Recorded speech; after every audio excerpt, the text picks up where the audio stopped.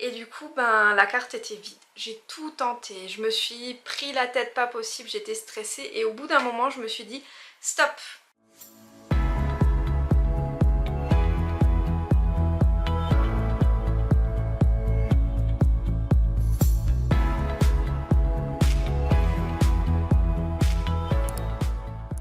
Bonjour à toutes, c'est Nathalie Krebs, formatrice internationale dans le domaine de la beauté, le maquillage, l'extension de cils. Donc on a vu précédemment comment définir sa propre version de la vie de ses rêves. Aujourd'hui, on va parler de résilience. Alors, je vous en avais parlé la dernière fois. En fait, je vous avais tourné cette vidéo sur le sujet de la vie de ses rêves et comment y arriver. Et malheureusement, mon ordinateur a planté lors de... voilà, du transfert des fichiers de mon appareil photo vers mon ordi et du coup j'ai perdu tous les fichiers et j'ai perdu des vidéos de formation que j'avais tournées sur des modèles, donc j'en avais une dizaine, donc ça faisait une grosse partie de ma formation qui a été perdue, que j'ai dû retourner entièrement. D'ailleurs je ne les ai pas encore toutes retournées, je suis en train. Donc honnêtement j'ai tout tenté. J'ai tenté de les récupérer par tous les moyens, de voir si elles ne pouvaient plus être sur la carte. En fait j'avais mis voilà, supprimer les photos après l'importation et du coup la carte était vide. J'ai tout tenté, je me suis pris la tête pas possible, j'étais stressée et au bout d'un moment je me suis dit stop, qu'est-ce que ça m'apprend? Ça m'apprend déjà que je ne ferai plus l'erreur de vider ma carte et de mettre supprimer immédiatement. Je vais d'abord vérifier que tout a bien transféré et seulement après je supprimerai. Première chose que j'apprends. Deuxième chose que ça m'apprend, ça va m'apprendre à peut-être que le fait que je les perde, c'est que c'était peut-être pas les vidéos idéales. Alors j'étais mieux coiffée la fois là, j'avais fait des jolies boucles, le décor était mieux, tout était finalement mieux. Mais peut-être qu'aujourd'hui je serai encore plus à même de vous apporter des vidéos qui vont vous impacter encore plus. Voilà, peut-être. Ou peut-être pas, mais voilà, c'est un autre point qui peut être soulevé. Qu'est-ce que ça m'apprend aussi? Ça m'apprend à ne pas trop m'attacher à la situation, à ne pas trop me projeter. Parce que bien souvent on se dit, voilà, je fais ce travail, et puis voilà, c'est bon, c'est comme ça. Et si jamais il se passe quelque chose, on est dégoûté, bah oui forcément. Mais je me dis, vaut mieux que ça m'arrive là sur ça, que par exemple sur toute la formation par exemple. Donc déjà ça me permet de relativiser. Ensuite, qu'est-ce que ça peut m'apprendre aussi? Alors je réfléchis comme ça, hein, j'ai pas mal réfléchi, je me dis bon, il y a pire dans la vie quand même que de perdre quelques vidéos. Ma fille pourrait être blessée, je pourrais avoir un décès dans la famille, finalement refaire quelques vidéos. Ok, j'y ai passé 2-3 heures. Bon, 2-3 heures, qu'est-ce que c'est? Est-ce que c'est vraiment dramatique? Non. Mais en fait, ça me permet de travailler ma résilience. Ma résilience, en fait, c'est le fait d'accepter ce qu'on ne peut pas contrôler. Là, je ne pouvais pas récupérer ces fichiers. Donc forcément, je me dis, je vais essayer de transformer ce qui est négatif, parce que forcément, voilà, sur le coup, c'était un peu négatif quand même, en quelque chose de positif.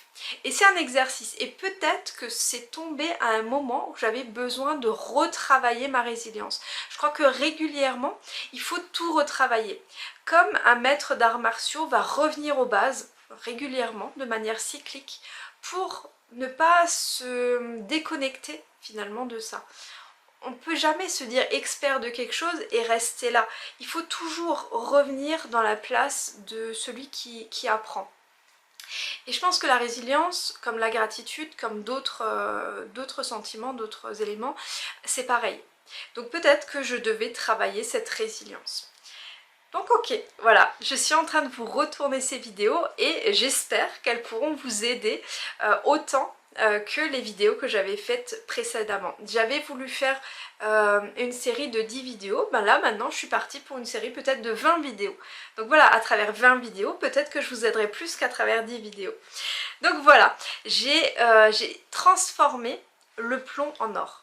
je pense que quand on a cette capacité à transformer les éléments négatifs de notre vie, sur lesquels on n'a finalement pas de prise, pas d'emprise, en quelque chose de positif, je pense que forcément la vie elle est plus heureuse.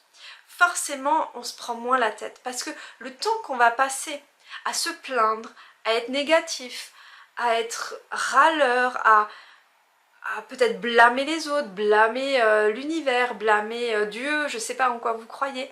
Ben, en fait c'est du temps qu'on perd et c'est du temps qu'on pourrait utiliser finalement pour refaire ça, pour refaire le travail qu'on avait fait et peut-être le faire encore mieux. Voilà, donc réfléchissez sur ça. Est-ce qu'il y a des moments dans votre vie où si vous aviez fait preuve de résilience, vous auriez peut-être atteint un objectif que vous n'avez pas atteint parce que vous êtes resté dans cette posture de victime,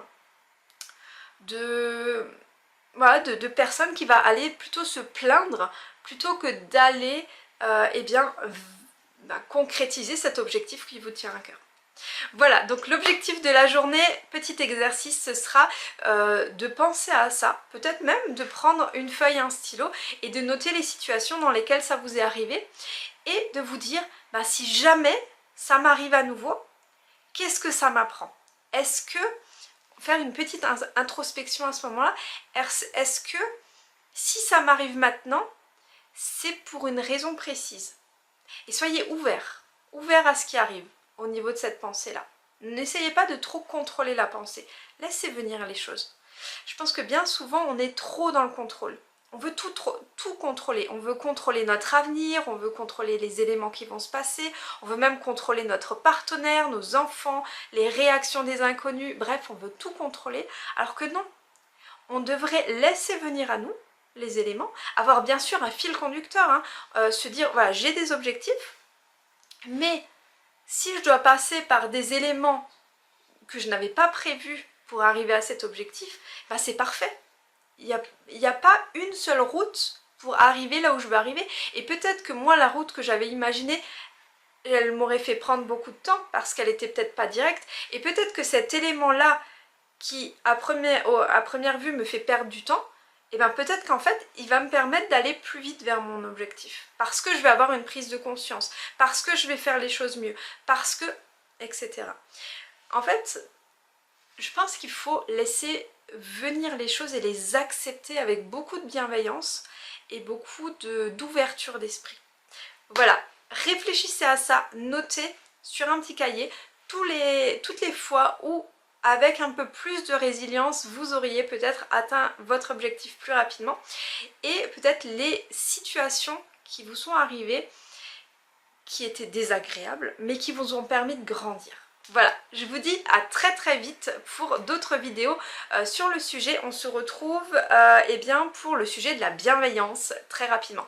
Si vous voulez donc aller plus loin vers la vie de vos rêves, si la vie de vos rêves, ce serait éventuellement de faire un métier de la beauté, de travailler de chez vous, vous pouvez commencer avec une formation d'initiation gratuite.